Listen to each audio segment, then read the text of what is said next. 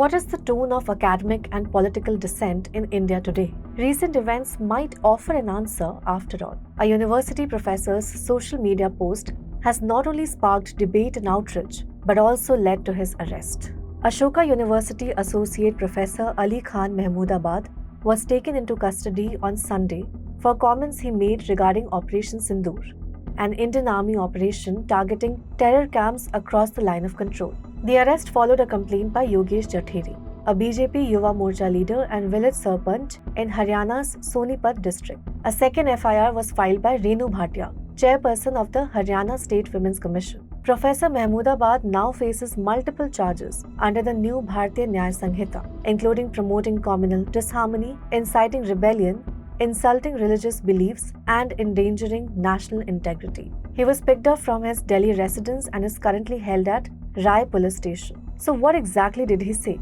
The post in question was published on 8th of May. In it, Mahmoodabad criticized the applause directed at Lieutenant Colonel Sofia Qureshi, one of Operation Sindoor's prominent faces. He questioned what he described as a selective celebration, writing that while a Muslim woman in uniform was being hailed, silence persisted around incidents like mob lynching and bulldozer demolitions under BJP governments. He wrote, "Optics must translate to reality on the ground, otherwise it's just hypocrisy."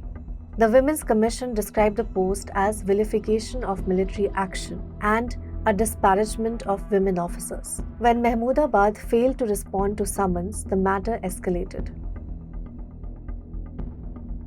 Professor Mahmoodabad heads the Political Science Department at Ashoka University and is a published scholar of Muslim political thought in colonial India. Educated at Cambridge and Damascus, he is known for his multilingual scholarship and served as the Samajwadi Party's national spokesperson between 2019 and 2022. He hails from a political family.